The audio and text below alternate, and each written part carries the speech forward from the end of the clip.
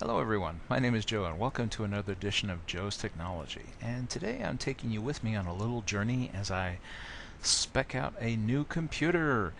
There are many tutorials on the web and throughout YouTube where people will show you how easy it is to put together a computer, but they usually have all the parts on hand, which all came from a magical happy place, and they leave it up to you to figure out how to spec out and build your own computer. Well, I was about to build one today, or, well, purchase one. It'll arrive probably in a week or so. And then build it. And I thought, you know what? I'll take you along on the journey as to how I select my parts. And maybe it will help somebody else. Now, my channel is too small to have any sponsors, so although I'm going here to Newegg.com, it's not because they pay me or I have some contract to endorse Newegg. It's just with my few little dollars, all the different places that I've bought from, I've had the best luck with Newegg so far. And I haven't had to RMA anything to them, so I don't know what that experience is like, and I can't vouch for it. But my experience has been good, so I keep coming back to Newegg. And I thought it'd be a convenient place to demonstrate, since that's where I'm going to buy my parts from. Alright, so here I am at Newegg.com. You can choose whatever vendor is most appropriate for you. And I've decided that my new computer is going to be a Steam machine. If you haven't been following the news, the Valve Corporation, which runs the Steam, online gaming network, which is part game publisher, part, online gaming community, where, I think last Thanksgiving they broke a record. They had like 7 or 8 million concurrent players all at the same time. So we're talking, the same level of people gaming concurrently as like the World of Warcraft, which is pretty significant, all at the same time. Well, I had a computer that I pulled out of the closet as soon as I heard about Valve's decision to go to the Linux platform, and they put out a Linux client for Steam, and have been happily playing away with it. But I'm running into the limits of what it can do. I should qualify that. This is an old computer that I have. I bought it back in the old Windows XP, well, not XP, Vista, Windows Vista days. And tell me if this sounds familiar. It didn't come with the operating system installation disk. One day Windows became corrupt, because that's what Windows does. Now I didn't have an OS disk to reinstall Windows. The machine physically works just fine, but I had no operating system. So it went into a closet because I was busy at the time and got forgotten about for years. Well, along comes Linux Mint, which is my current favorite distribution of Linux, and suddenly an old machine that was doing nothing makes a great HTPC. A Core 2 Duo with 8 gigs of RAM, which is what this thing was spec'd out with, will wipe the floor with a Roku or an Apple TV or even a Google Chromecast. It can do everything. But it suffers from one limitation, and that simply happens to be the era that it was built. PCIe was a new thing back then, which means the motherboard only has PCIe version 1. Sure, I can get add-on cards to try to get the video up a little bit better, to play better games, but I'm limited to PCIe version 1, which is a very old and slow interface in comparison to what we have today, PCIe 3. So that's the main goal of this computer build. It's important to determine what your goal is before you spec it out. You can buy any kind of part you want under the sun, but it's important to know what it is that you're buying for. In my case, I want an entertainment, home theater PC, play movies, play video games, and be all around useful computer connected to an HDTV. And video cards these days all come with HDMI out, so it'll natively plug directly into the television. No converters or anything needed. I can use, in fact, the same cable that I use to connect a Blu-ray player currently. I'll just unplug the Blu-ray player, since I've stopped watching Blu-rays now that I have Netflix. Again, I don't get paid by Netflix, but I have enjoyed the service now that they've bounced back from their like a year or so ago, they kind of went crazy and said, haha, we're going to split into 2 companies and you're going to pay double. And everybody said, nope. And Netflix watched 80% of their subscribers cancel their subscription. Things like this change the corporate mindset in a hurry. So Netflix is well, they've come to their senses and they're being a good system now. And to be honest, I'm enjoying it. I just wish that they would get even more movies. All right, off of my Netflix. Yeah, well, it's not a paid endorsement. Netflix doesn't pay me. I do enjoy it. It's a good service, and it's one of the things I enjoy about my TV. Oh, and that's one of the things that you'll find with consoles. Oh, you know, my friends say, well, why don't you buy an Xbox One or a PS4? Well, you know what, Xbox, they actually will charge you money to be able to access Netflix. Well, you have to pay to watch Netflix, but you have to pay Microsoft to allow you to watch Netflix. Well, you know, if I bought the Xbox, you know, as far as I'm concerned, my device should do what I tell it to. And that's why I like PCs, because I can do with a Linux box whatever I want instead of being told what I can do, because they'll say, well, our licensing agreement says you can't tamper with it, you can't make any changes, you agree to pay whatever we say that you pay. Yeah, that's okay. That's why I don't have an Xbox One. Yeah. Especially not with those crazy restrictions about wanting to spy on people. And yes, they reversed that after people didn't buy it, but all it takes is one mandatory update and all that stuff will come back. All right, here, I'll get off of my tirade. It seems that I can never make one of these videos without ranting about something. All right, so we've decided to build a Steam box today. So the first thing I'll do is go look at computer cases. I want to have something small and unobtrusive that'll fit within an entertainment center. As you can see, we have lots of different choices. Today, this will be the first time I've ever built a mini ITX. You may have seen micros or mid towers or full towers, what I have on my desk right now. Takes up a lot of room, but I can put anything in the universe in it. Here, this is a little bit more specialized. But I have one in mind in particular that I'd like to get. So here, we'll just go down the list. There's lots of different ones. Here, it's basically just a matter of choice. You know, what kind of case do you like? Most of these are not going to come with power supplies. Actually, I have a thing for BitPhoenix. I've never bought any of their equipment before, but I've been curious to. So here, let's see. You know what? Here's a good color too. Cobalt blue. So let's take a look. And they have this nice little visualization here. So here I can look through it. As you can see, this is a 5 1/4 bay, so if you wanted to, you could have a CD-ROM drive in it. But to be honest, I don't anticipate ever taking that panel off, since Steam allows me to basically download all of my games directly onto the hard drive.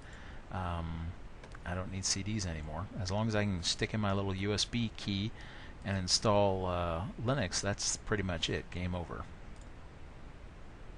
Okay, now here's where the gold comes in. Dun dun dun. This is what makes this useful for me. Notice this. So we have what look like 2 expansion slots. However, as we're about to find out when we look at mini ITX motherboards, they only come with a single PCIe expansion slot. Why could that be, you might say? Well, if you've never bought one of the big GPUs, you know, big GeForce cards in this case is what I'm thinking of, for heating and cooling, you know, in the old days, video cards were a single slot. Now they usually generally will take up 2 because the heatsink and fans and other stuff piled on top of it require that extra room. And so even though there's only going to be 1 slot on the motherboard, there are 2 slots in the case so that you can fit that big video card. So this is a useful computer as an HD PC or an entertainment system. And as you can see, they even took the drive bays and recessed them over here to the left. So you have a clear path all the way down. So if it's a big honking card, plenty of room to just drop it right in. And so that's where we get the value there. So I'll go ahead and add that to our card. Now, since we've chosen a mini ITX case, we have to choose a mini ITX motherboard. After all, it's good to get a motherboard that fits within the case that you want. Now, as you can see, there are all kinds of choices, and in fact, they do have some helpful videos that you can watch, and this is another thing I like about Newegg. So you could scroll through here and say, oh, what do I need? Or, down here on the left, they have a little filters that will allow you to limit the choices so that you can find what you're looking for more easily. In this case, I've decided that I'm going to go ahead and go with an Intel motherboard. The 2 biggest manufacturers in the world of CPUs, at least in the PC market, AMD and Intel. and it's usually between those two. You know, AMD does make some good parts, and I do root for the underdog, but this is going to be my gaming station that I will show to all my friends, so I'll pay extra and I'll get Intel. Intel usually has the best performance. AMD typically has the best value. But this is all going to be about bling and showing off, so it's got to be the best it can be. Now, there are lots of different socket types. However, first of all, let me see what might be available based on the form factor. So here's our mini ITX form factor. As you can see, there's only 40 boards available versus the other form factors that we saw listed. And remember, this is contingent based on the case that we selected. So since I chose mini ITX for my build, now it reshuffles, and I've already got it set for the lowest price. I think normally it would be set for featured items, but I keep it at lowest price so that I can see it cheap and go up from there. Well, there's lots and lots of boards, lots of different companies. Again, this is just a personal opinion. I don't get in any kind of payments, or I'm not under contract to endorse anybody. From my experience, my favorite is Gigabyte. Just about all of my boards are Gigabyte, and they work, and I've never had to RMA any of them, so I keep buying Gigabyte. That's probably the best endorsement that you can give. Like I said, I'm not sponsored by Gigabyte. They probably don't even know I exist, but I like their stuff. And as a matter of fact, as you can see, sorting by price, because they go up. Well, that's nice. In this range, the highest you can spend is 101. Oh, and it comes with, let's see, onboard video. But that's okay. We don't need any of that stuff because, oh, see, here's this one's got Wi-Fi already built into it. Oh, actually, I guess that wasn't the highest. 129 is. These aren't sorted very well. This darn silly thing. Oh well, I told her to sort by lowest price. I guess that's their system's way of sorting things. That's alright. I plan to use my own external Wi-Fi anyways. So, and I've had a lot of good results with the durable series of Gigabyte boards. So here, I'm going to go ahead and choose this one. So let's take a look. This is a mini ITX board, and one of the things that you'll find about mini ITX boards in common is their CPU arrangement is always the same. This standard was actually put out by Intel. So Intel determined your CPU must be in this location, your board can't be over, what is it, I think 2.5 centimeters high in order to be able to fit in devices. That way, boards of this type are typically used in digital signage and other applications where a miniaturized board might be useful, but they still take full-size components. So as you can see, we have our regular DDR3 that would just socket right in here, and we have a PCIe slot, and this is actually a 3.0 slot, even though, as you saw in the case, there's room for 2 slots. That's simply because, porky cards with big heat sinks. Oh, and then here's one where they're all labeled. It's nice. It even has dual HDMI and oh, now that's interesting, dual LAN. So if you wanted to put Linux on this, and you could set this up as a small server. It would even have redundant networking. That's okay. I probably won't use that. Well, it doesn't seem to have a lot of USB 3.0 on it. See, we have 6 USB ports that are actually built into the board. These black ports are 2.0. These ones that have the blue plastic, those are 3.0. I haven't seen a PS2 mouse port, keyboard port in a while. As you can see how it's split down the middle. In the old days, they had what was called the Multimedia PC standard, and that's where we get the color coding for different ports. It's just a vestigial standard from the good old days of, back when not all computers were multimedia PCs. Well, now they are. And then they have a DVI port just in case you have that. Although in this case, since this is going to be a Steam box, these are the most important ports. I just need one HDMI to plug into the television. It's great because all the modern HD TVs have HDMI. Here, I'll go ahead and add this to the cart. And so it'll plug in directly, no converters or anything needed.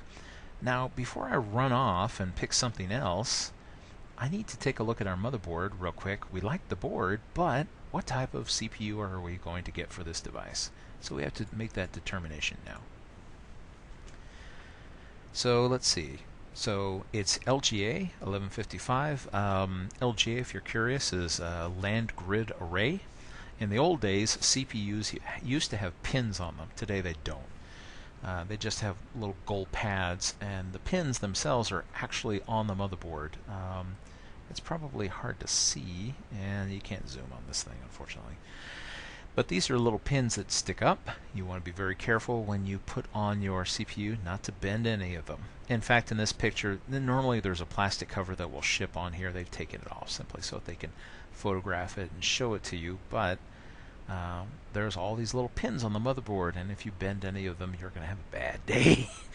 So that you can, instead of having to, in the old days we would have pins on the CPUs and there'd be little holes here, and you push that CPU on, and if you pressed it and one of those little holes was more resistant than another one, you could actually crush the pin as you were trying to mount the CPU on it. It was annoying. Well, then we went to zero insertion force sockets, where the pins, where it just dropped into the socket and it clamped onto all the pins. That had its own set of problems. So now we're on the LGA, the Land Grid Array, where the CPU itself has no pins at all, and simply drops on top of all of these, and provided you have it lined up correctly, all the pins make their connections to the bottom of the CPU, and then everything should work, hopefully. So we have to determine exactly which type of CPU socket that we have. So Land Grid Array 1155 is a reference to how many pins there are. So there are 1,155 pins on this particular socket. And as you can see, this is a Intel standard, so the only chips listed are Intel chips. But they're Intel chips of this, plus in addition to the number of pins, it's also the voltage. So any 1155 CPU should be able to work correctly with the voltage that comes out of that socket. Okay, so we know what we need. It also shows us our maximum memory supported. Since we can see that it says 16 gigabytes is the maximum and you can only have 2 memory slots, that means that each one would be 8 gigs at the most. So here, let's see. In fact, I'm probably just going to put 8 gigs total in this, since it's just basically a gaming computer. And as you can see, it shows which type, DDR3 SD-RAM. Here is where it confirms PCI Express Standard 3.0. And of course, there's only one slot. Oh, and there should also be a reference to the type of memory. Or maybe I just scrolled past it and I didn't see it.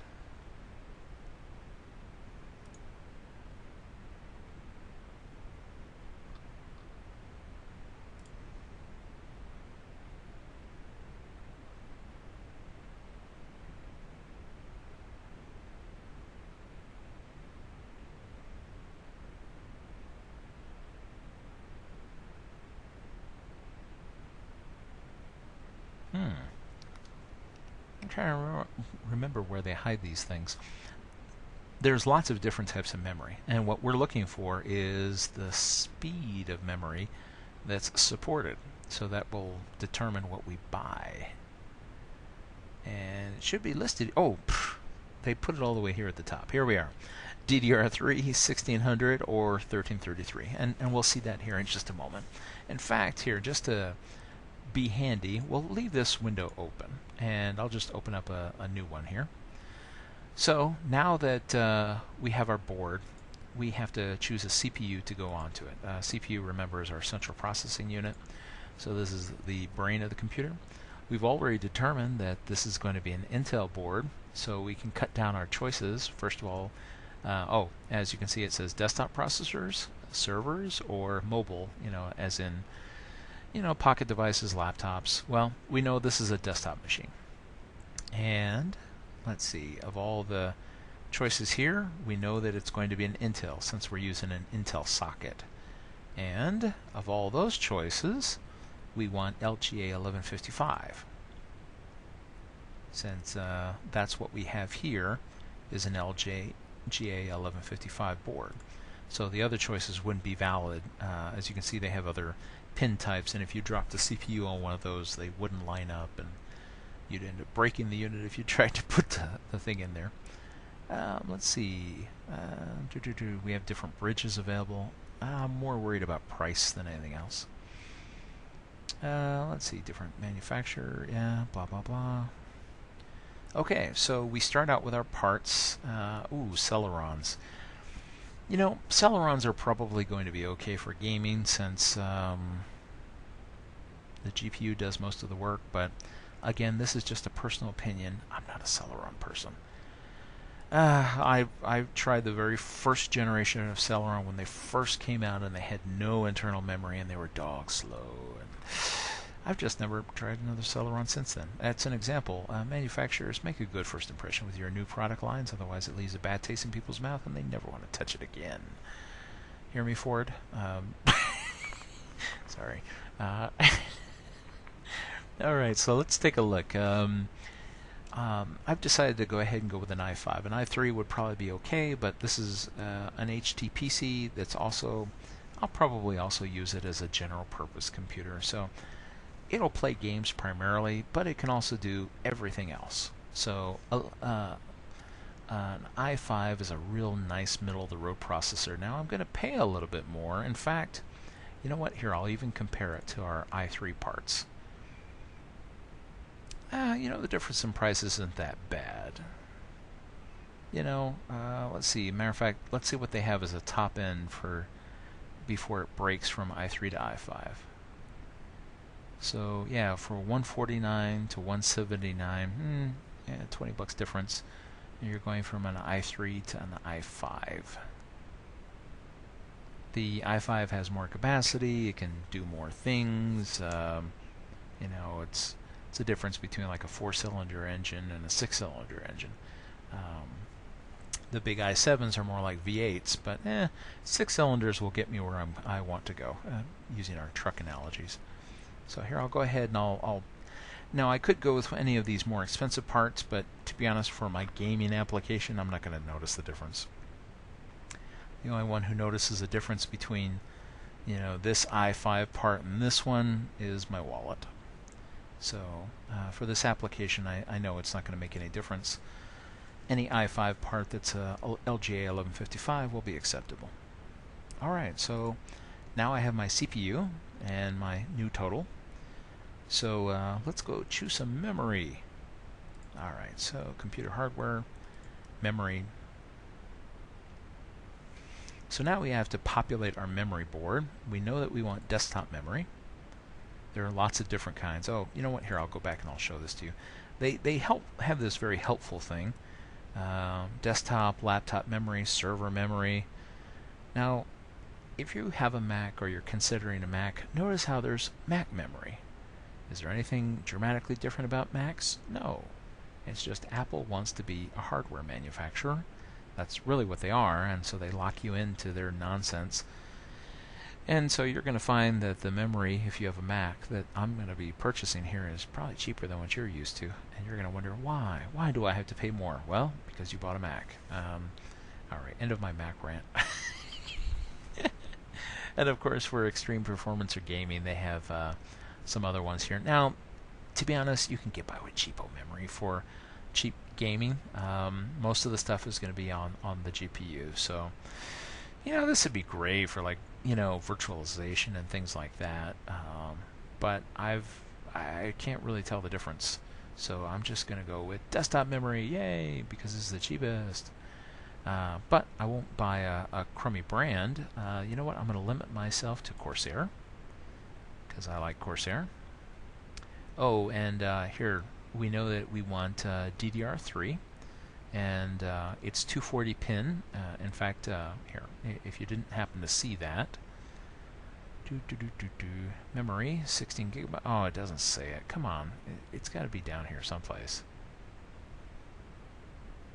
DDR3, blah blah blah. Okay, where do they hide the statement? It's got to be here someplace. Because those are 240 pin slots. I know that, but I'd like to show you where to look for these things.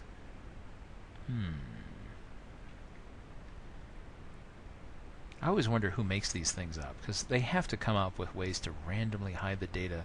Because you'll look at listings and you'll find the data in different places from one motherboard to the next on the same site. Not that I'm banging on Newegg in particular. They all do this. Crud. Is it here and I'm just not noticing it?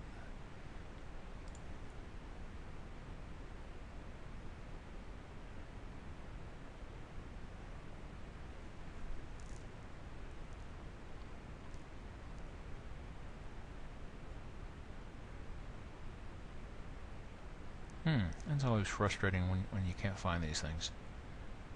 Oh, you know what? It's probably listed on... it just says 2 DIMMs DDR3. Alright, well, just take it on faith that this is 240 pin DDR3. So here we'll go ahead and click that as our filter. Alright, so for memory manufacturers, as I mentioned, I have a preference for Corsair. And recall I also mentioned that I plan to put 8 gigabytes in here, and I was going to put it in 2 sticks because I prefer to populate both of the memory channels. So I'll say 8 gigabytes, which is 4 gigs times 2. Well, 4 gigs times 2. So then Corsair has some nice ones. In fact, they have all different kinds. Now notice the range here. These are all 4 gig sticks, but they are, different speeds, different ratings, and I'll be quite honest, if I'm sitting here playing Portal, or Left 4 Dead 2, I probably can't tell the difference between the $72 RAM versus the, what is this? We can get pretty crazy. And I'm sure there's a difference in here someplace. Oh, did you see that? $500 again for 8 gigs. Wow, it comes with its own fan. Oh, well, I'm impressed. I'm not buying it, but I'm impressed. Oh, you know what? I forgot. Remember, we also have to limit it by speed. So we're limited. I mean, granted, they have super crazy RAM, and they will take your money gladly. But we're going to be limited here. You know what? I could probably get away with this 1333 memory. So again, we'll put this into our little limiter here. So we'll say DDR3, 1333, bloop. The choices drop down to 3. And look at that. It's the cheap memory, which is what I wanted anyways. As you can see, there will be some information here about the voltage in case it pertains to you. So this one has a little bit of a range. This one doesn't. Some of them, are locked at particular ones. This is pretty middle of the road stuff. So DDR3, 1333. So 8 gigs total, and it's a dual channel kit. You know what? Add to cart, sold. Okay, great. So here, I'll go ahead and review. So far, we have our case, we have our memory, we have our motherboard, we have our CPU. What's left? Well, we still need a power supply. This case does not come with any type of power, and more importantly, we need to have a video card. But let's choose the video card first. Alright, so if we're gaming on this computer, the most important thing really is the video card. I mean, if you spend, if you cheap out on anything else, don't cheap out on the video card for a gaming system. Otherwise, you're going to be sitting there staring at crummy graphics and wondering what you paid for and hating yourself. So here we'll say video cards. And there's lots of different types: workstations, tuners, professional. You know what? This is just a desktop graphics card. Again, this is just my personal preference from my own experience. However, I happen to like NVIDIA over ATI. And one of the things that I've noticed lately is that almost all the Steam boxes come with NVIDIA cards. So I guess maybe ATI has decided not to work as well with or cooperate with Valve's Linux initiative, and come out with Linux drivers for whatever reason. Well, either that or the performance is just better. Let's see. I'm also going to limit myself. Now there are lots of cheapy cards. I'm not going to, like I was just saying, this is going to be my primary gaming system in my den. My friends are going to come over and they're going to say, Joe, why did you build a Steam box? And I'm going to say, well, feast your eyes on this, guys. Well, I don't want to show it to them on a $30 video card that's going to run 6 frames per second. So I'm going to limit myself to the GeForce 600 and 700 series cards.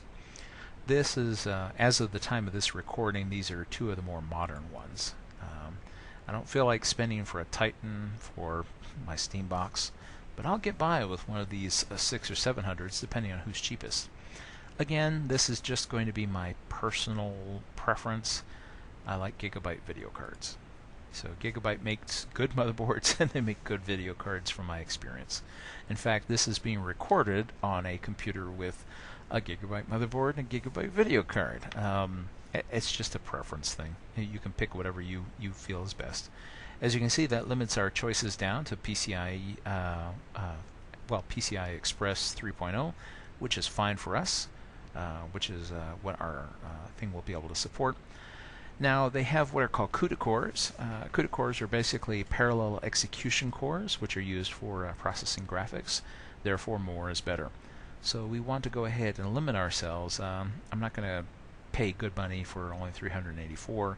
So show me only 600 and above.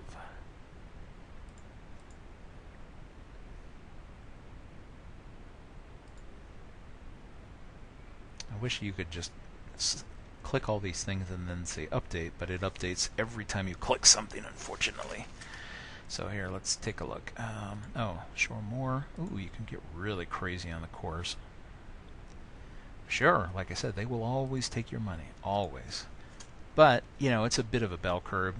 After a certain point, the cost becomes astronomical and the performance goes up only marginally. If I can't see the performance, then it's not really good performance for me. And you can also limit by price range. I've limited by manufacturer. Let's see, memory size. Well, we'll see what they throw at us. Okay, so sorted by lowest price. Our lowest price is going to be $169. If you're not used to video cards, this may sound like a lot. Actually, it's a bargain. There are video cards that can get really crazy. In fact, let's see, we're still set to 50.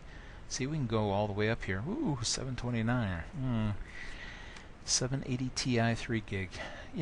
It's a nice card, and it's an incredible amount of cores. But I am not buying that for my Steam box. There are people that are selling Steam boxes that are like $6,000-$7,000, and that's mostly for 4K gaming. Okay, you know where I cheaped out? I cheaped out on my TV. It's only going to be a 1080p HD TV, so it's going to be very easy to push pixels to my television with a cheaper card, and it's still going to look great to me because I waited a long time before I finally got off of standard def. But once you go HD, you'll never go back. And 1080p still looks great to me. So let's see here. Let's take a look. Our cheapest one here is the GeForce GTX 750 Ti, which sounds great. But then I look at the number of cores here. 640. Whereas for just $20 more, look at this. I get a whole lot more cores. I step back to a GTX 660, but it's able to do more things. So, yeah, that's a bit of a choice. Oh, but look at this. The cheap one is rated higher. It's got 10 eggs, or 10 ratings, and has an average of 5. So here, matter of fact, here, you know what? Let's look at the worst review. I'm curious. I actually will look at the worst review. Let's see. Okay, so he had problems firing up 2 monitors. Yeah, this looks like it would be a dual monitor card. It's even got dual HDMI. It's not a very big card.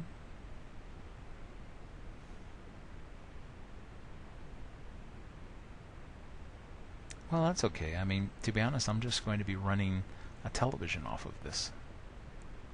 Ah, this is the only bad review.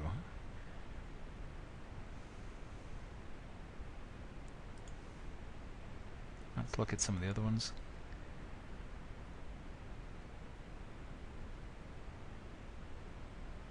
Oh, apparently they like the 650. Noisy fan.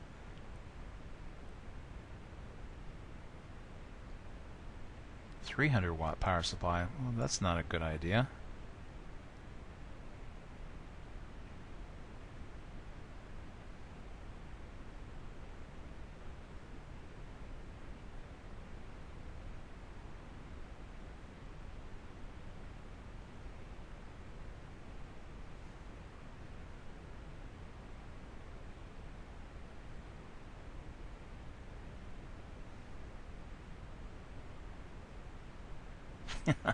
Well, apparently this guy really liked it. It's a 750 Ti. People, come on.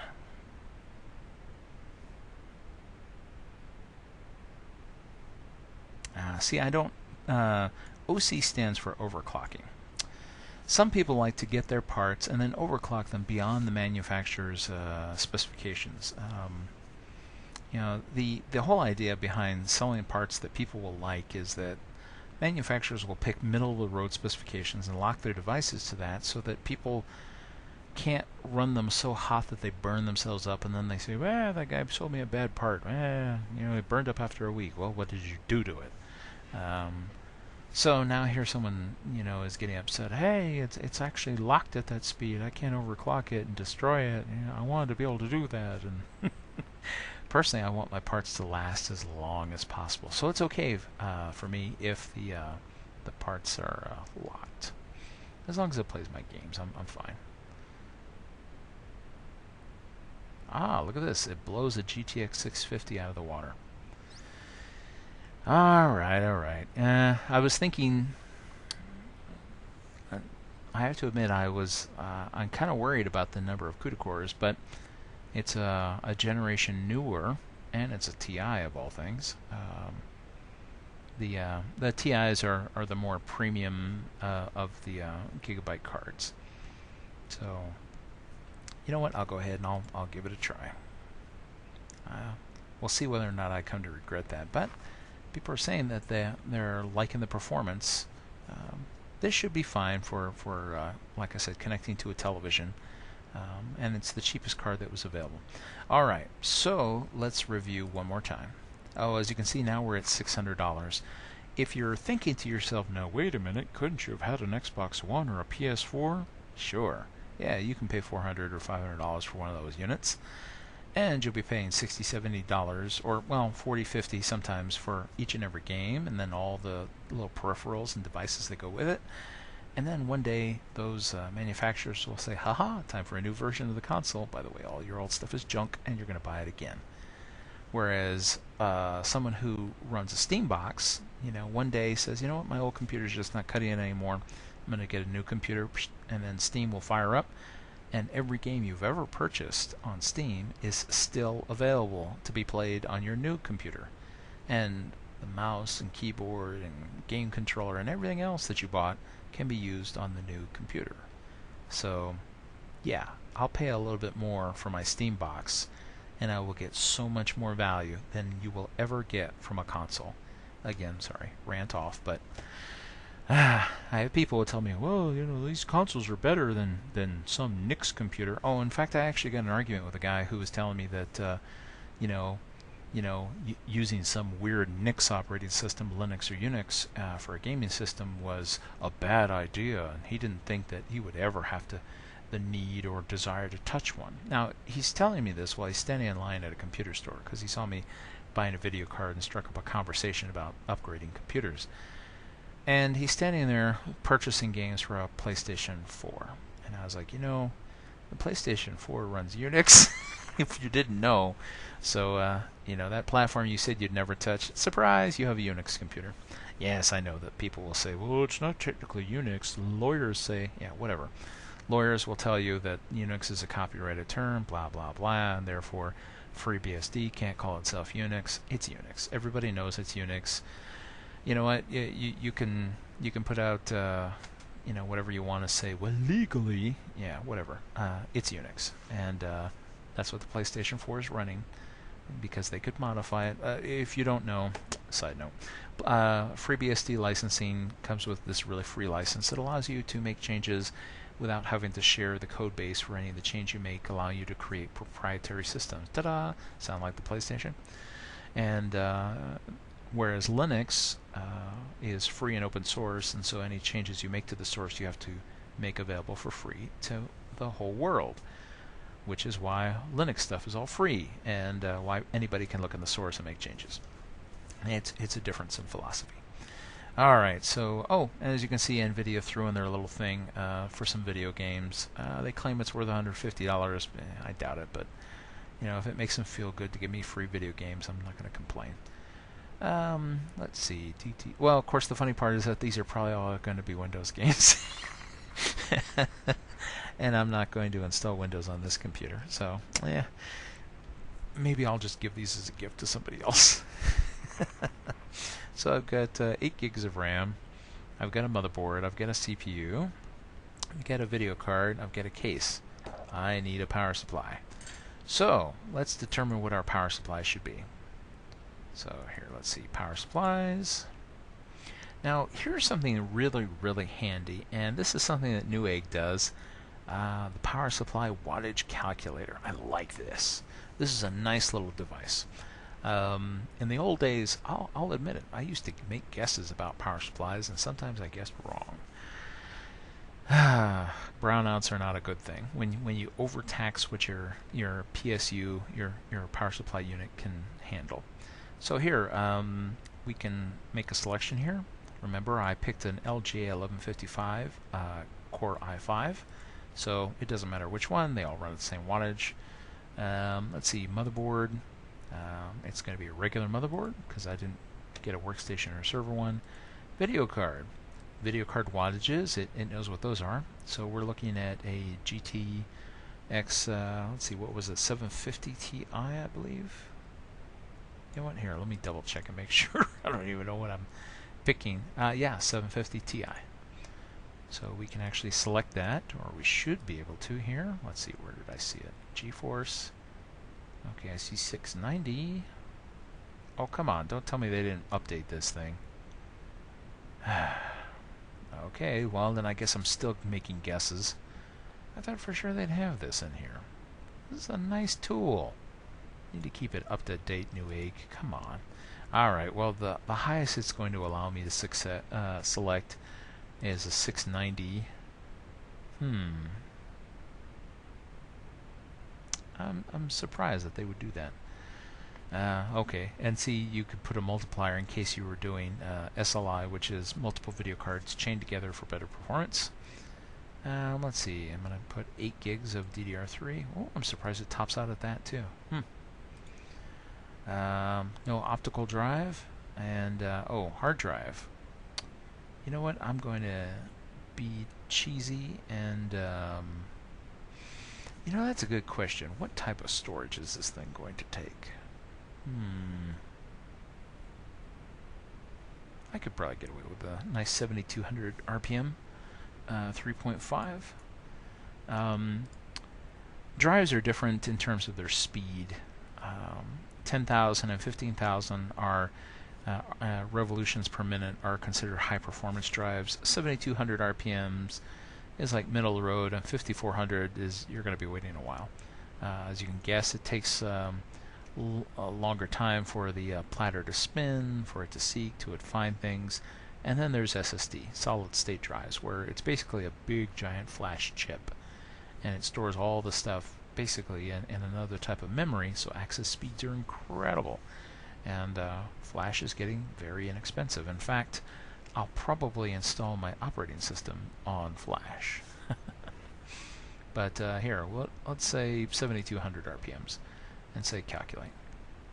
Choose your optical drive. What if I say not installed? There we go. Alright, 588 watts. Yeah, that's about what I was thinking. I was thinking 500 watts or 550, but I guess it's saying 588. Alright, so... Oh, trying to sell me video cards. I already have a video card. Yeah, no power supply completely matches that, so let's go with a 600 watt unit as a precaution. Alright, so power supplies, see it's regular and server. No, that's okay. I'll just go with regular power supplies. And again, I do have a particular preference. This is just me, based on my experiences. You know, there are other brands that are good, I'm sure. But I've had a lot of luck with Corsair. So I'm just going to go ahead and go with Corsair again. So the same company that makes memory that I happen to like also makes PSUs, power supply units that I like.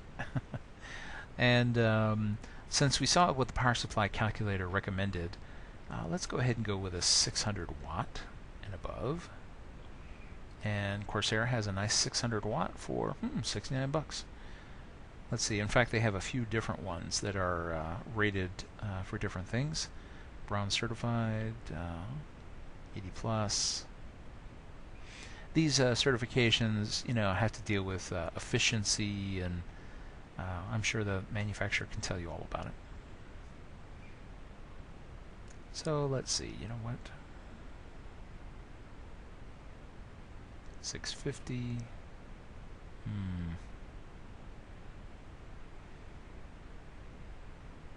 You know, owing to my experience, or I should say bad experience with brownouts, I'm thinking 650 watts as a precaution. Plus, I can go with a nice gold certified. You know what? I'll go ahead and I'll do it. Yeah, 650 watt gold certified. Oh, modular? Okay. Let's see, what's the difference between that one? SATA connectors.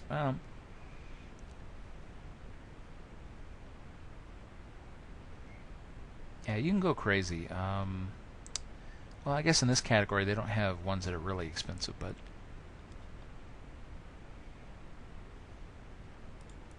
let's see.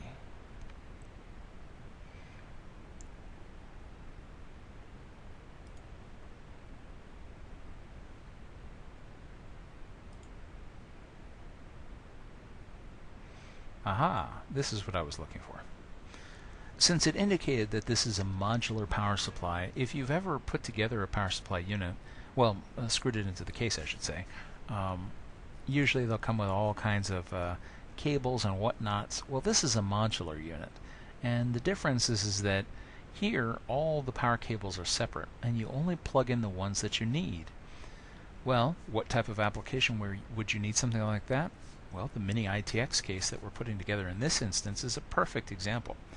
So there's just one video card, there's just the motherboard and memory on the board, and so instead of having a bazillion cables all over the place that are not connected to anything, with this particular power supply I only connect the cables that I absolutely need to have.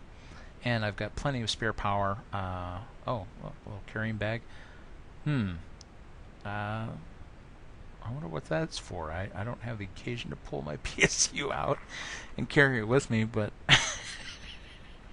I don't know what they put in the carrying bag, but okay, here we go. Let's see if we get a nice 360 view. There we go, rotational view. See, I want to, whoops. There we go. Here, I was hitting the wrong button.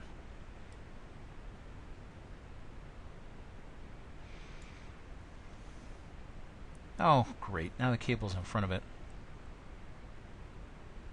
Hey, wait a minute. I thought this was a modular unit. Well, oh, I guess it is. Yeah, this is our connector for the motherboard. So this would connect into the motherboard's power supply. Well, it's got a couple other things on it.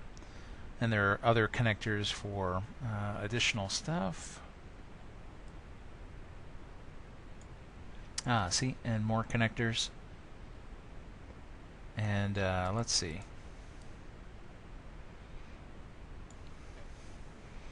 Okay, so it looks like this is going to be a winner, and I'll go ahead and add this one to the cart. Alright, so right now we're a little bit $200 more than you'd pay for something like an Xbox One. But trust me, it balances out when you see how cheap things are on Steam. For me, it's worth it. Oh, and then plus, with the video card that I've picked up with this beastie, I'm not going to have any problems. Oh, the last item that I need, storage. All the stuff that I picked has to go someplace. So now it's time to go pick hard drives. Now, one of the things that if you've ever used one of these console computers, they basically come with whatever storage the manufacturer deems as appropriate. An Xbox One, for example, you have to have all your games on a disk because, well, you only have, I think, 500 gigabytes of storage? Here, let's just go crazy. And let's say, as you can see, there are lots of different options. I'm going to just choose regular hard drives. And I'm going to say desktop hard drive. Oh, let's see if they have it. Usually there's a Mac hard drive category. It's always fun to laugh at Macs. Desktop hard drive.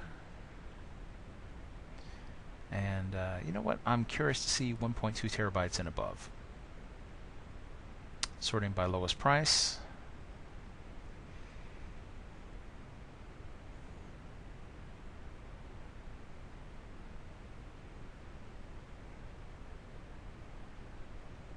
Okay, let's see.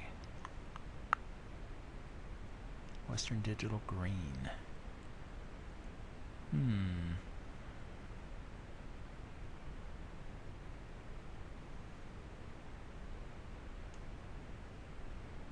Western Digital has this interesting little kind of color coding for their stuff. Normally green is for their really slow drives. So let's see just how slow we're talking about.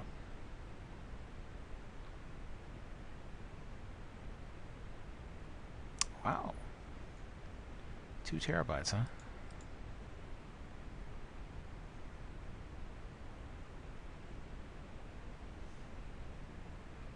Oh, come on. Where is the RPM on this thing?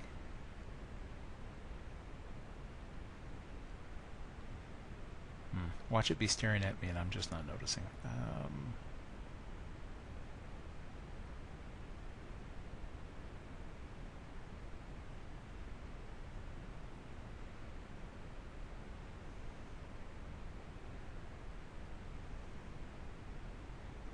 For low power storage. Yeah. Alright, well, I don't see it here. But I'm guessing, I'll just take a wild guess and say this is a 5400 RPM drive. So if I were to use this for my gaming machine, I'll be sitting here waiting for a long time. And then I'll be mad. You know what, I'll include the 500 and the 1 terabytes. 1 terabyte will probably be more than enough for what I'm looking for anyways. But, here we go, Western Digital Blue. Oh, and look at this. This one's cheap. Alright. Oh, it's only 500 gigs. It's 7,200 RPMs. Notice on this one they're proud to say 7,200. Whereas the other guy's like, well, it's just a green drive. Yeah, I know what green means. Let's see. The Western Digital Blues are what you'd normally find for desktops and things like that, and should be just fine for gaming. Ah, look at this, 1 terabyte for $60. See, this is the kind of stuff you can't get for, just forget about this for the Xbox or the PS4. I mean, there's no technical reason they can't. It's just your vendor wants to charge you more money.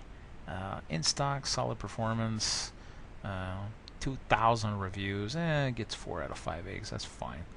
3.5 inch, 1 terabyte, 7,200 RPMs. It's guaranteed to work with Linux, I can tell you that. Let's see, 64 megabytes of cache. C for daily computing, which means it'll be great for my little game system here. Add to cart. Alright, so we have a winner.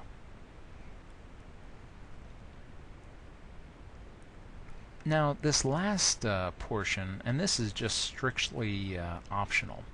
You don't have to do this if you didn't want to, but I kind of I'm kind of tempted. I'm just curious to see what the daily deals are today.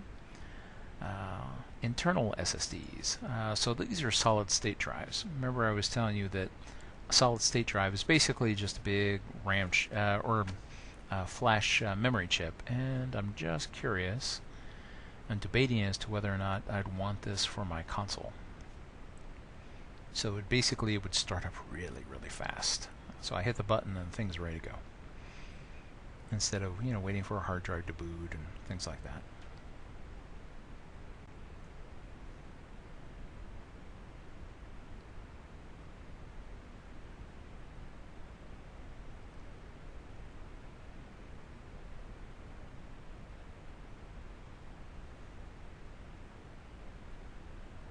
And in the SSD space, Samsung just happens to be my favorite brand. Samsung's ooh, look at that, $85 for 120 gigabytes. Oh gosh, when I bought mine, it was more like $140 for 120 gigabytes. The prices are really coming down on these things. This is very tempting. You know what? Now this leads me back to the question of our computer. What kind of... And this is something I forgot to cover. See, on the motherboard, we have what are called SATA controllers, little SATA ports. And, there's only one 6 gigabyte SATA. So that means that these other little guys here are 3 gigabyte SATA. That's how much data is able to transfer through that port on the motherboard at any given time. So if you go and as a matter of fact, here, let's go to our cart.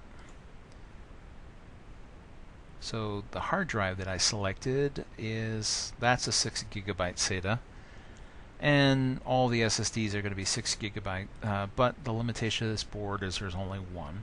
So sure, I could jam the hard drive in there, but now the hard drive's controller is limiting it to half the speed that the drive is capable of transferring data at. You know what? I'm not going to go with the option. For a desktop computer, in fact, this computer has multiple SSDs in it, and they're fantastic for the applications that I use them for. Mostly they're great for reading really, really fast, not really great for write performance. So if I do a lot of writing, I do it to a hard drive. If I'm doing a lot of reading, I'll do it from an SSD. Okay, granted, there's probably no business thing that I'm using it for in my case. I play my MMOs off of SSDs, so when I zone into an instance or a flashpoint, as in Star Wars, the Knights of the Old Republic, since it's running off of an SSD, for me everything loads incredibly fast.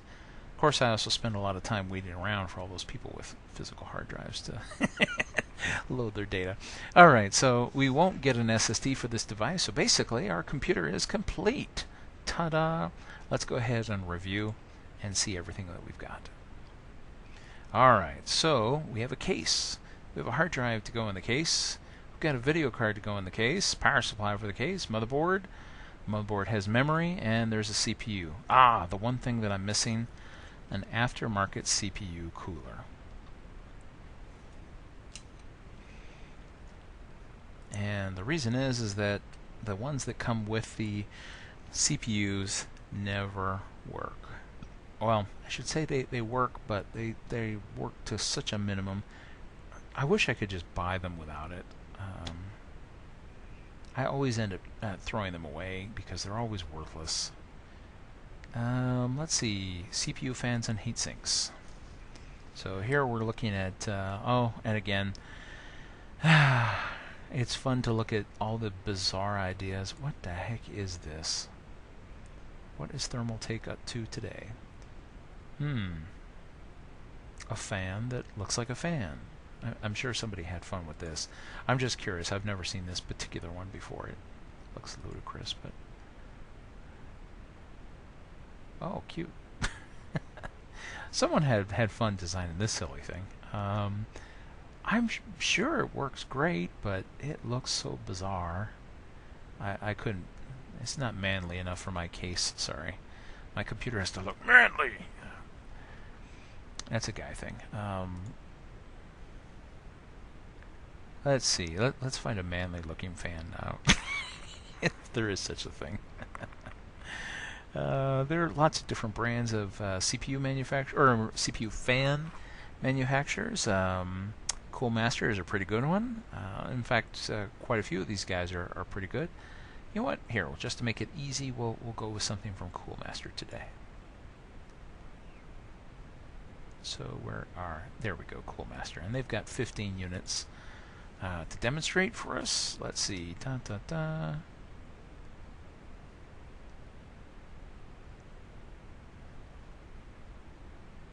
Wow, what the heck is that? Well, that better work pretty good. 94 bucks. This looks like something that would be in Skynet.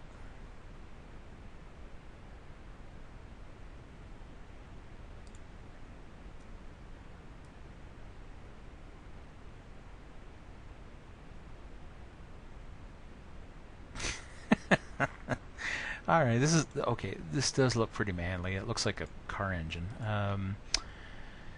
But I can't justify spending $100 on something nobody's ever going to see.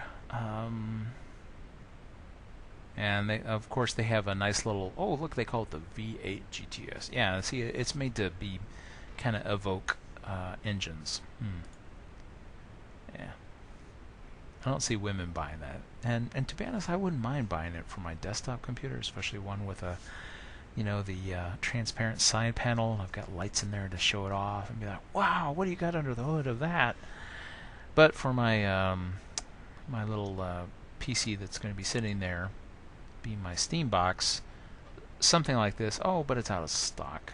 This was looking good for a second. Not available. See similar items. Just my luck. Out of stock, out of stock. Oh, wait a minute. I didn't even notice all those things are out of stock. This one's 69. I need something with a lot of area. My living room can get a little bit warm at times in the summer. So, with summer popping up, I don't want to end up having to stop what I'm doing and go someplace else. So here, let's look at this one. It seems a bit pricey, but let's take a look. Some of these have performance that's similar or even equal to what you would get in terms of heat dissipation for liquid-cooled systems. And it's all about surface area.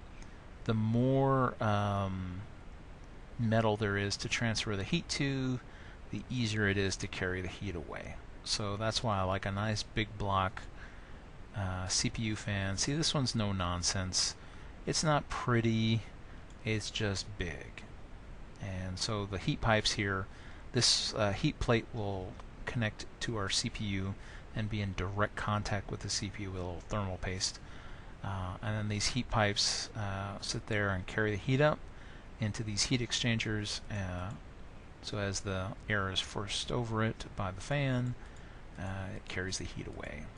So you know what? We have a winner. And our PC is complete. Now again, you could probably make a Steam box cheaper than this. But these just happen to be my choices for what I was planning on doing. Because in addition to video games, this will also be a general purpose computer. So, as you can see, that's how I had to make my choices. Oh, you know what? What am I saying? Let's double check and make sure this is for LG 1155 CPUs. I was thinking to myself, wait a minute, you picked it based on how cool it looked? Whoops. Let's double check. Ha, here we go. 1155. So, oh, and look at this. This one swings both ways. Intel sockets and AMD sockets, which means that there's probably an adapter that comes on this device. So there will be a mounting bracket, and the bracket will be different based on whether you have an Intel board or an AMD board. And as you can see, it fits all of these socket types. So the LG 1155 is listed, and oh, and it's got a little silent mode and some other good stuff. Alright, so yes, this should be a winner. And so I'm left with a PC that's $840, plus some taxes and shipping and whatever that is. Now, like I said, this could sound like a lot to some people, but Heck, in the old bad days, I used to pay $2,000 and $3,000 for a CPU. So 800 seems like nothing for me now, especially now that dollars are worth less than they were when I was buying the old bad computers. Moreover, I got to build it the way that I want to, so it will do exactly what I want to, and fit in the place where I want it to go, and have the space that I want it to have. So it should be just fine for my particular needs. And if I need to, I can always expand it with more storage, although 1 terabyte is going to be probably pretty good for video gaming and regular stuff. Linux by itself is only going to take up a whopping 6 gigabytes. So I don't need Windows, and I'm already a subscriber on Steam, so I have a lot of games that I'll be able to enjoy. And with that GPU, I should be able to enjoy them for years to come. Okay, so and then of course it'll do Netflix, Hulu, Viewster, Crackle, and any other video service that I want to watch. So unlike a Roku, an Apple TV, or a Google Chromecast, I can watch whatever I want, because I paid for the option to do it my way. I pay a little bit more, but in the end, I end up saving so much on the software. Consoles are no good without any software, right, Wii U? So I have no regrets, even if I pay a little bit more than someone else does for their console. In the long run, I will pay less, and I'll be able to do so much more. So this has been my overview, long-winded and ranty as usual, of how to select your parts and buy a computer. So now all I have to do is give them my credit card number, and this ships. Enjoy. Bye.